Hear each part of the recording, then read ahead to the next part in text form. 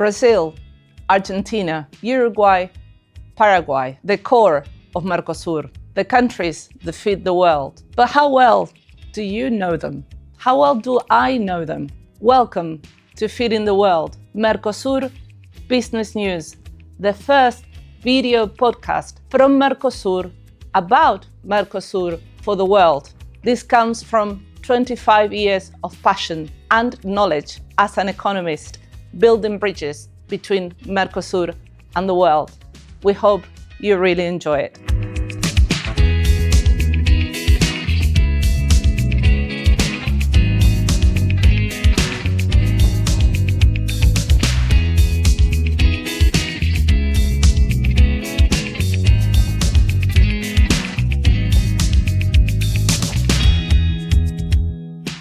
Welcome back to a new episode of Feeding the World Mercosur Business News. This is an extra special episode dedicated not to beef cattle, not to dairy cattle, not to soybean, not to wine, but to horses. A passion probably for you and for me, definitely. Thanks a lot for all the positive energy, for all the feedback, for the pictures, for the videos, for the lovely comments. I hope you really enjoy this episode. Welcome to an extra special episode of Feeding the World Mercosur Business News. We have discussed beef, we will discuss soybean, we will talk about wine, but how about one of my favorite animals, horses? I'm here today with Diego Puente, who knows a thing or two about horses. So thank you very much, Diego, for being here today. We just had a chat very formally before starting, and I think I could speak to you for days about horses. Your career is amazing. So could you briefly maybe just summarize what you do and what you've done for the past 20 years, which I understand is about horses, Dubai, Brazil, Uruguay, genetics. If you could just tell us about it, please. Well, first of all, thank you for having me here. And well, where to start? Basically, of course, we just started in the childhood, where it's been a passion. Horses have always been a passion in my family, and my grandfather was a turf man, very much into horses and racing, and then at the farm, we would always, of course, work with horses. So somehow I fell in love with the Arabian horses through a friend of my mother. And well, that's that. But I always had a passion. As I knew I had to do something with horses. I didn't know what to do, but so then I entered veterinary school. So I'm a veterinary doctor, and I had it very clear from when I started, from first year, what I wanted to do. I wanted to do breeding in Arabian horses, or basically in horses. That was my passion. Once I discovered that area, I fell in love with it. Anyways, I went through that. Like, I had to go through a lot of things that I didn't like throughout the career, but I had an aim, so I went for that. Graduated and worked in Uruguay for a while at the racetrack, and slowly starting getting into the repro thing. You need you need an ultrasound, which are not cheap. And meanwhile, while I was studying, I started conditioning and training horses for shows, and that's how I would pay my stuff, right? So yeah, it's been all in my life, all kinds of horses, but especially I have a sweet spot for Arabian horses. Well, always involved with that. Graduated, worked, did courses, started to learn, went abroad for internships, courses, conventions, whatever. In the meantime, I got my judging license in a course in Brazil. And then I went for an internship in the States, in Texas. And they asked me to stay. So I stayed. I started working as a full-time job there. And later on, a year later, I got an offer from Dubai. And I said, okay, I was really happy where I was. I was really learning a lot, but the train passes only one time, and Anyways, I said I'll go and try 1 year. 12 years later, I was still there. But things have a time, and so I decided eventually to come back to Uruguay. 2020, I came back. So then I was doing half of my time Uruguay, the other, since it's seasonal, breeding is seasonal, I was doing Southern Hemisphere, Northern Hemisphere in the States. Went over to the States to work. One of my colleagues, I used to work for the Dubai Equine Hospital, which is a hospital, amazing hospital in Dubai, which belongs to Sheikh Mohammed, the ruler of Dubai. And I was doing all the breeding for him, all the breeding for the Arabian horses. So that's kind of like a short summary that what It doesn't cease to fascinate me. Uruguayan professionals that travel the world, that are sought by, even the most talented and famous people in the world. Just the amount of talent, and as I said, it's an honor to have you here. But tell me about the business side of genetics and reproduction. So we were talking at the start about the fact that some of the genetics comes from overseas, but we also sell genetics and horses even to Dubai. How does the business side of things works? The genetics. Right. Well, as you were saying, yeah. First of all, yeah, horses have taken me to every corner of the world, which I'm very grateful. But Uruguay has one thing that it's very unique, and it's a great place to breed horses because of the land we have, because of the green we have, because it's not as expensive maybe as it is in other countries.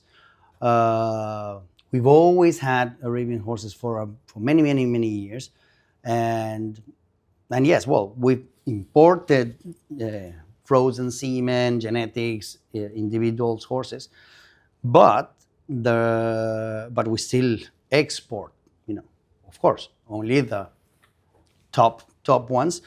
And Uruguay has bred quite a lot of world champions, and so it's doing pretty well. It's a not small business. I mean, it's a niche, definitely, but it's compared to the world, we're very small, and we're on the other end of the world. So it's quite a challenge, but now there's been horses, competing everywhere in the world, Europe, Middle East, Americas. I've just came back from judging several shows, and there was Uruguayan bred horses. So yeah, it's very interesting. I'm going to spice it up a bit, and this is not the easiest of programs. We ask difficult questions as well. Mm-hmm. So I lived 13 years in the UK. So when you talk about horses in general, they're associated with Argentina because of polo, maybe. How can we compete with a country the size of Argentina, which is so famous for horses as well? Mm-hmm. What differential can Uruguay provide the world? And sorry to the Argentinians, but we got to ask this question.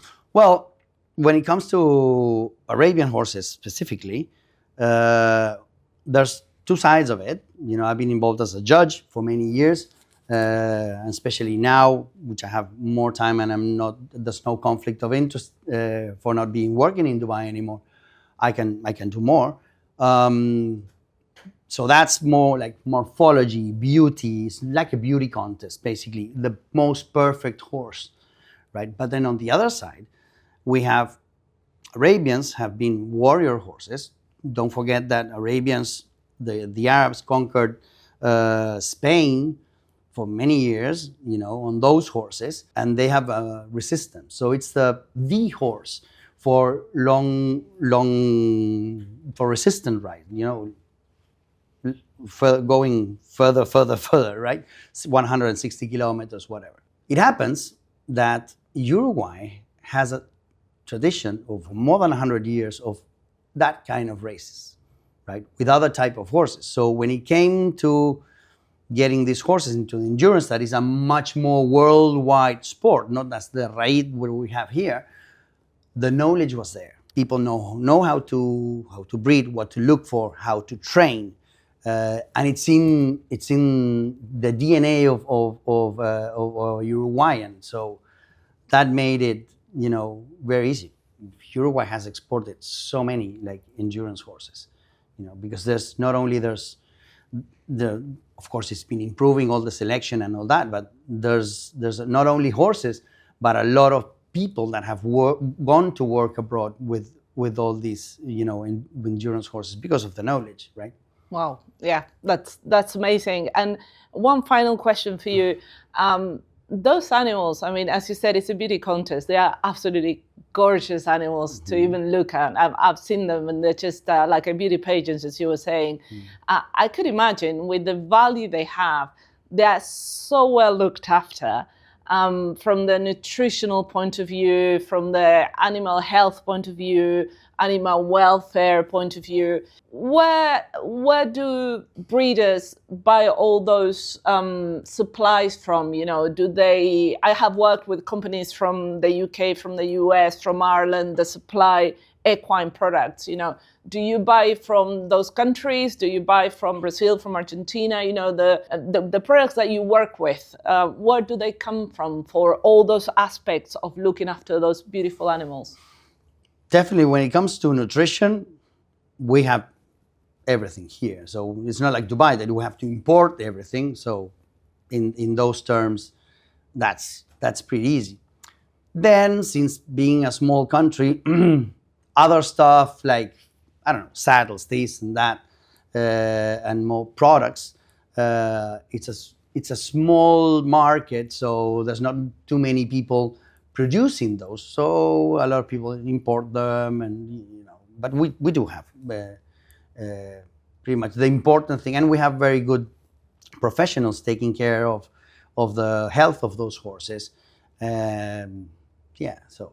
If you had to give just one piece of advice for maybe a manufacturer or a solutions provider for a country, as I said, from maybe the US, or I'm thinking about Kentucky here, or somebody from the UK, your new market kind of people, or Ireland, who got a very good tradition in terms of horses, or even Dubai, who develop. I've seen a lot of solutions for high performance horses. What would be your solution, your advice in terms of how to do business with this very small club of high performance breeders in Uruguay? What advice would you give them? Well, for that kind of thing, what we do have, again, I go to that. What we have, the professionals and the people over there. Maybe we don't have all the things, so we learn how to do things our own way. So then when we have the things that makes it so much easier, it makes even easier when you have to find out a way to do things, since we don't have a lot of the things. So that helps you a lot. When I went over to Dubai, I had almost everything, and I had learned to do it with what I had. So now that I had the proper tool and whatever, it's even easier. So it makes your job much easier. So we learn to do in third world countries. We need to do and make it work with what we have. So yeah, so that's what I actually like about being abroad and getting that you already know how to do it with what you don't have. And some people abroad, if they don't have the proper tool, they don't know how to do it.